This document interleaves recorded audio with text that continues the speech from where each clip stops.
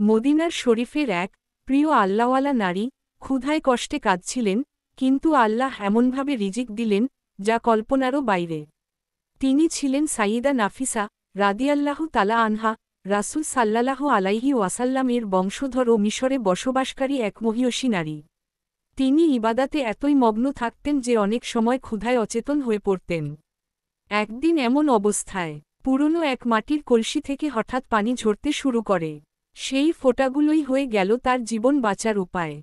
কোরআনে আল্লাহ বলেন, যে আল্লাহকে ভয় করে তিনি তাকে এমন জায়গা থেকে রিজিক দেন যা সে কল্পনাও করতে পারে না। সূরা তালাক, আয়াত ৩। এই ঘটনা আমাদের শেখায়, আল্লাহর উপর তাওয়াক্কুল থাকলে রিজিক এমন জায়গা থেকে আসবে যা কল্পনাও করা যায় না। এ ধরনের গল্প ভালো লাগলে চ্যানেলটি সাবস্ক্রাইব, লাইক, শেয়ার করে ইসলাম প্রচারে আমাদের সাথী হন।